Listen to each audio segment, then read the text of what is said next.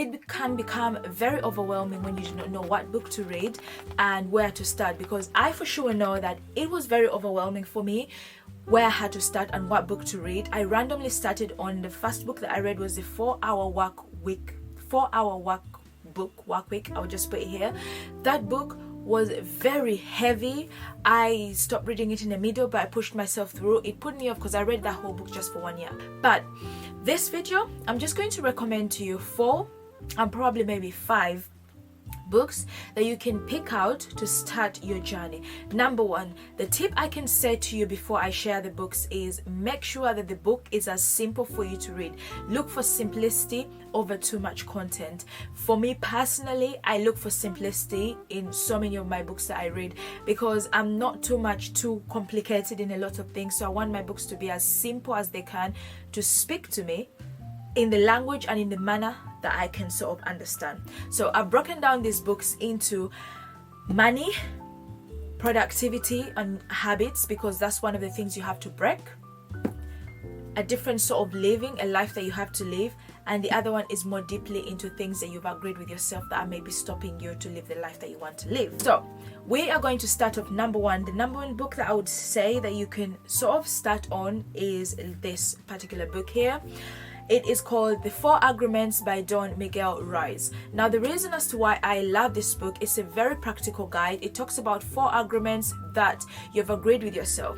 And it is be impeccable with your word. Don't take things personally. Do your best and stop assuming assumptions. Do not assume stuff. It's just a very great book. This book, with the content that it has got, is roughly around, let's say, 80 pages. So easy, very simple to read. I was highlighting every single page of it. It's just one of those books that you read over and over again, never get tired of, you gift a lot of friends with, and it's just a way you can break things that you've believed are your identity or things that you've believed are part of you. Then into finance, one of the books I would say to you is Rich Dad Poor Dad. This is a beginner sort of book into money if you're starting into the self-help books and you want to work on your finances and understand things to do with money.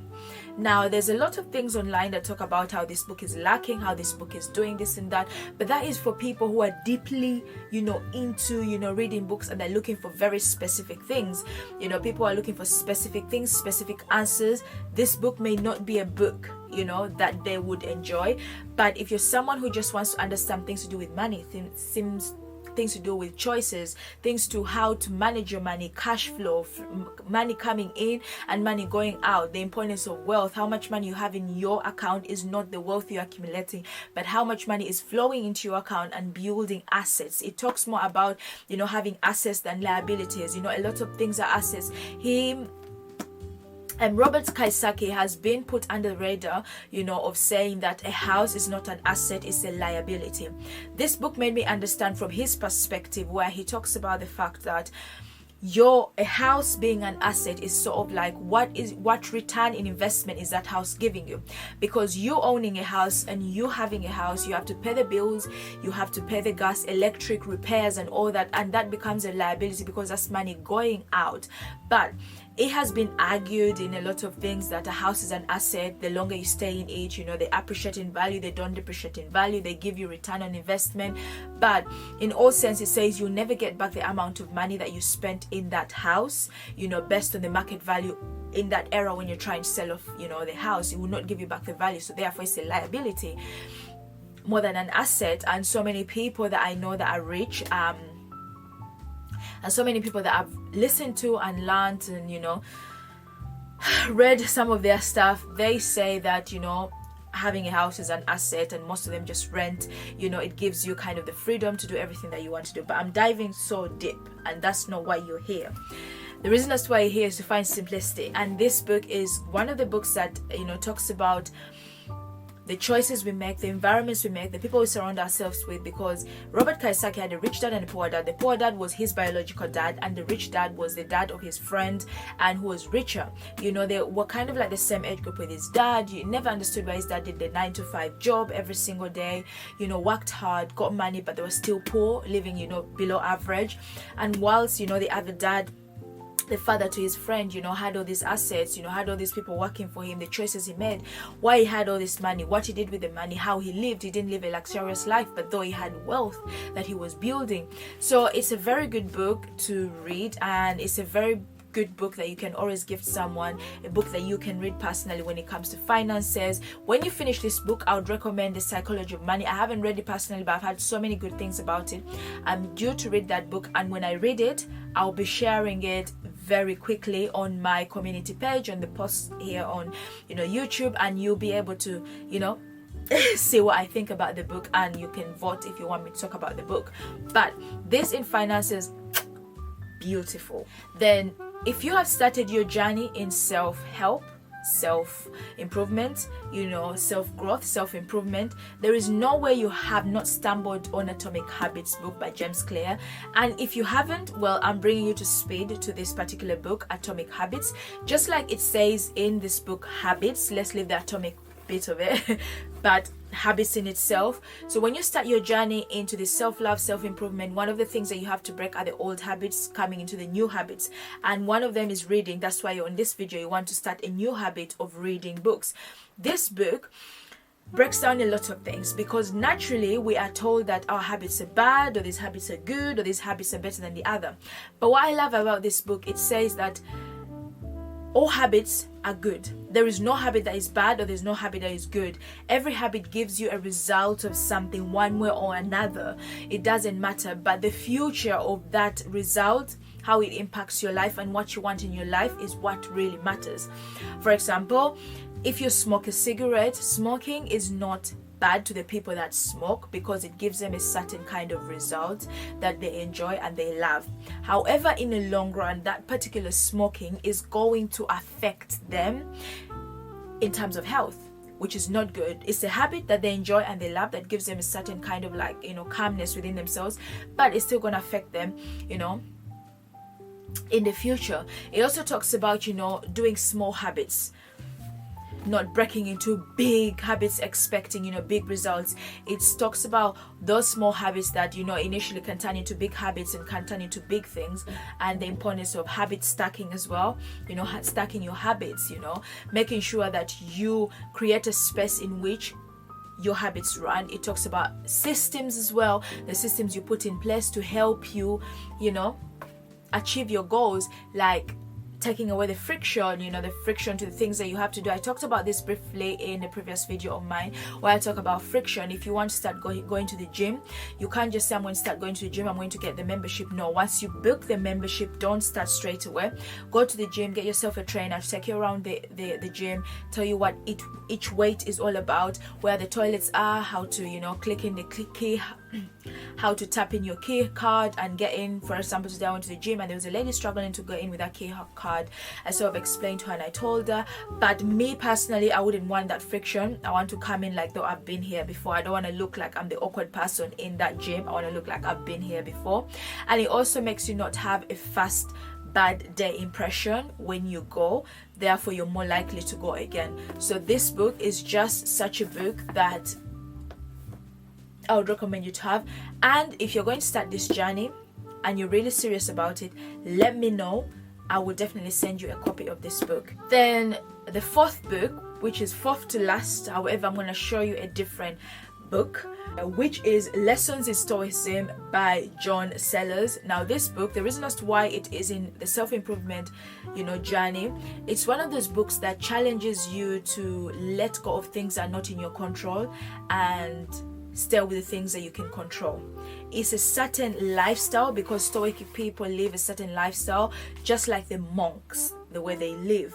It talks about the things you cannot control. You can't control adversity in life. You can't control whether you get sick, you know, whether a family member dies, whether you lose money, you know, whether you lose a job. You cannot control any of those things, and they are bound to happen in life. So it tells you to learn habits on how to kind of like deal with the things you can control. You can't control, you know, someone else's actions, but you can control your reaction towards their actions.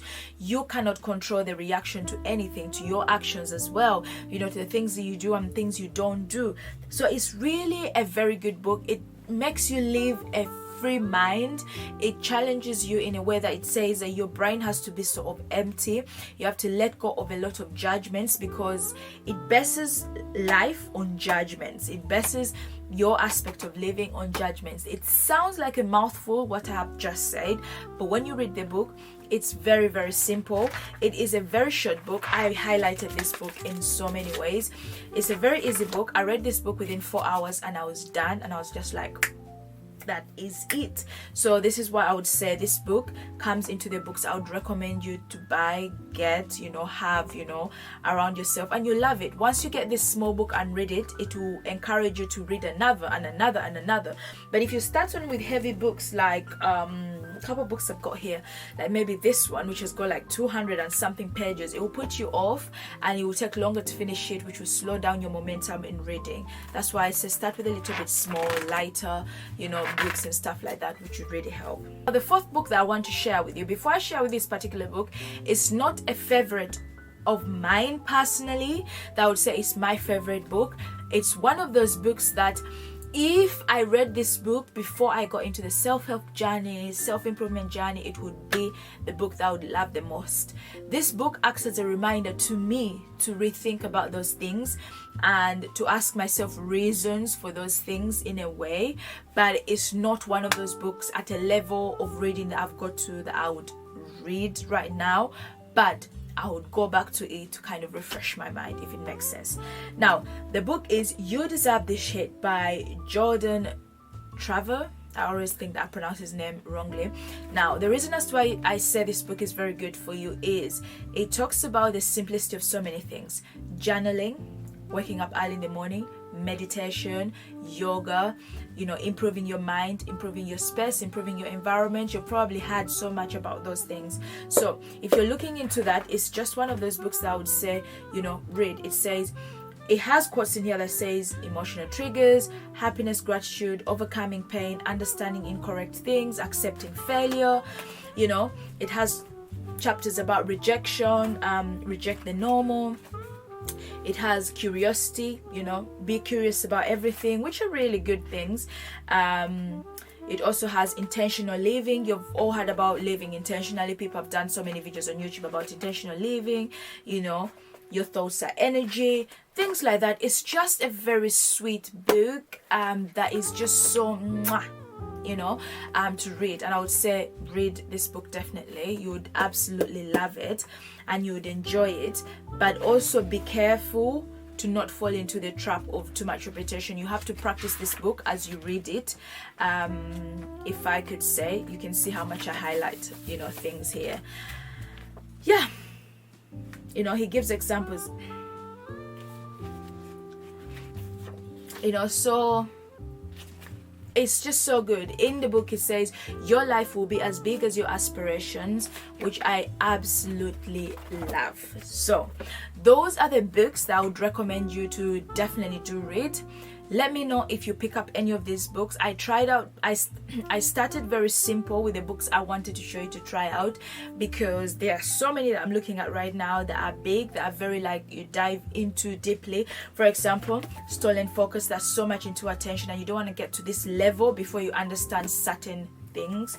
There are so many books here like the Gladiator Mindset, Dare to Be Great. I have couple of books, Healing is a New High over here, 5 a.m. book club, Miracle Make book, Why We Sleep, Manifestation, and all those kind of books. They're literally just right in front here. I can't recommend you those books right now because your journey is just starting now and we need to start a little bit softer and then build up. But let me know down below any of the books that you have read or you're going to pick up, or any of the books you'd recommend me to read. Maybe you think, Lucy, try this book, you'd love it.